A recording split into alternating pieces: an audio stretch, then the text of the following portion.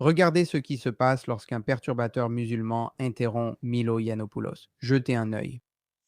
De toute façon, comme tout ensemble d'idées, l'islam c'est comme une religion, comme tout ensemble d'idées. Il mérite d'être examiné de près. Eh bien, je l'ai examiné de près et je l'ai trouvé insuffisant. Je l'ai trouvé déficient. Partout où il y a l'islam, vous trouverez des femmes opprimées. Partout où il y a l'islam, vous trouverez...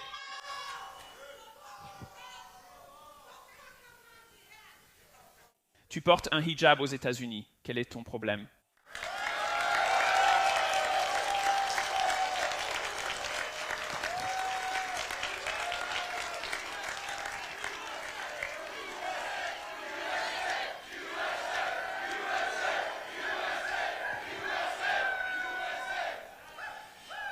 Ils cherchent à t'empêcher de parler en disant « Et moi alors ?» Je ne suis pas impressionné. Passons à autre chose. Si la mutilation génitale féminine, les mariages forcés ou les attaques à l'acide contre tes sœurs musulmanes ne t'importent pas. Si tu ne te soucies d'aucune de ces choses, très bien. Parlons plutôt des homosexuels. Dans 12 pays islamiques, je pourrais être tué à cause de ma sexualité. Est-ce que c'est acceptable? Les gens, 100 millions de personnes vivent dans des pays où il est illégal d'être homosexuel. Tous ces pays sont islamiques. Ce n'est pas propre à l'État islamique. Vous savez, on voit des homosexuels être jetés du toit dans les territoires contrôlés par l'État islamique, mais cela n'a rien à voir avec le terrorisme. C'est la culture musulmane dominante. Votre religion agit ainsi partout où elle existe. C'est une menace existentielle pour les homosexuels.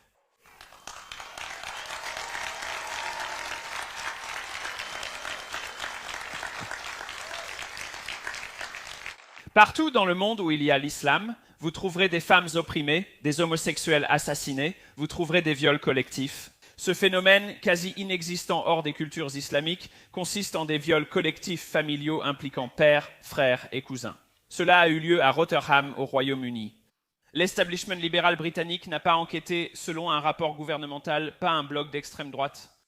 Selon un rapport du gouvernement, 1400 jeunes filles ont été violées dans des crimes motivés par des raisons raciales ou religieuses, selon la façon dont on choisit de les définir. Parce que la police et les autorités avaient trop peur d'être traitées de racistes pour intervenir. Et ce schéma se répète partout où il y a une immigration musulmane massive. Je vous suggère, Amérique, que vous n'en avez pas besoin ici. Apprenez des attentats du 11 septembre et d'Orlando.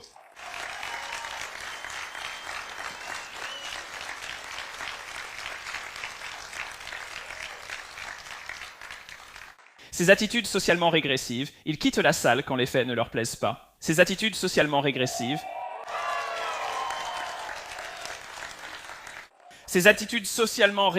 des musulmans en Occident sont horrifiantes. Absolument horrifiant. Les enquêtes montrent que 52% des musulmans britanniques pensent que ma vie sexuelle devrait être rendue illégale. 39% d'entre eux.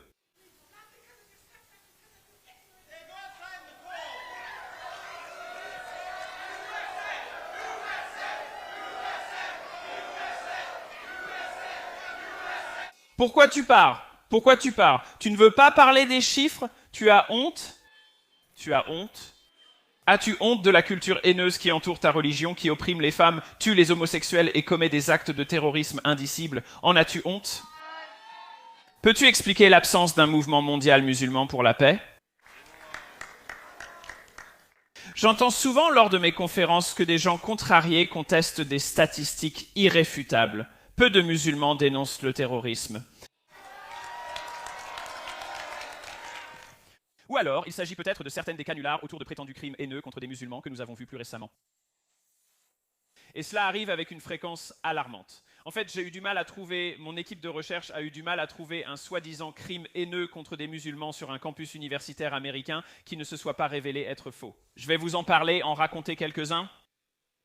Une étudiante de l'université de Louisiane a admis que son agression était complètement inventée. Elle a tout inventé parce que, pour les libéraux abreuvés en permanence de haine par les fake news, il est tout simplement crédible que des partisans de Trump attaquent une femme musulmane.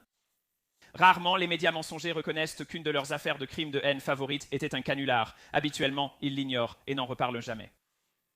Yasmine Sawé, âgée de 18 ans à New York, a aussi inventé une histoire similaire. Elle a affirmé que 3 hommes l'avaient traité de terroriste et attaqué, lui ordonnant de quitter le pays. C'était encore faux. Vous ignorez les rectifications et ne voyez que l'indignation. Voici une nouvelle affaire, non imputable aux partisans de Trump, car elle a eu lieu en Autriche.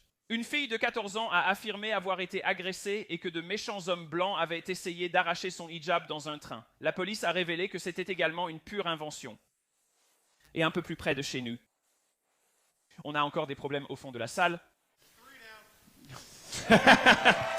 3 de moins. Si j'étais vous, je pense que si vous prenez la deuxième à gauche, l'aéroport est juste... En réalité, nous n'en voulons pas là-bas, non?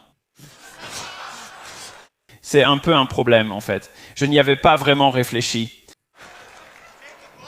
Je suis désolé, mais l'homme n'a pas tort. L'islam est incroyablement oppressif envers les femmes, les homosexuels et, vous savez, toute personne qui ne correspond pas au cadre de ce que l'islam considère comme acceptable.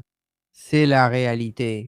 Vous savez, le judaïsme et le christianisme ont peut-être des situations similaires, mais c'est très différent dans la façon dont c'est appliqué, n'est-ce pas? Nous n'avons pas de juifs qui vont pendre des homosexuels à des grues. Ça n'arrive tout simplement pas.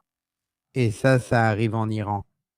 Et l'idée qu'il y ait des personnes prêtes à défendre cela et à traiter de fascistes quiconque ose le dénoncer. Tu devrais peut-être te regarder dans le miroir et voir ce que font les gens de ta propre religion. Prétendre que cela ne le représente pas, à mon avis, ce n'est pas juste. Parce que si tu regardes le nombre de pays islamiques qui appliquent réellement certaines de ces choses, et ça s'améliore, je l'admets, ça s'améliore, mais c'est toujours un problème qui doit être traité. Et attaquer toute personne qui critique ce problème est en fait une forme de fascisme. Merci d'avoir regardé, à la prochaine vidéo.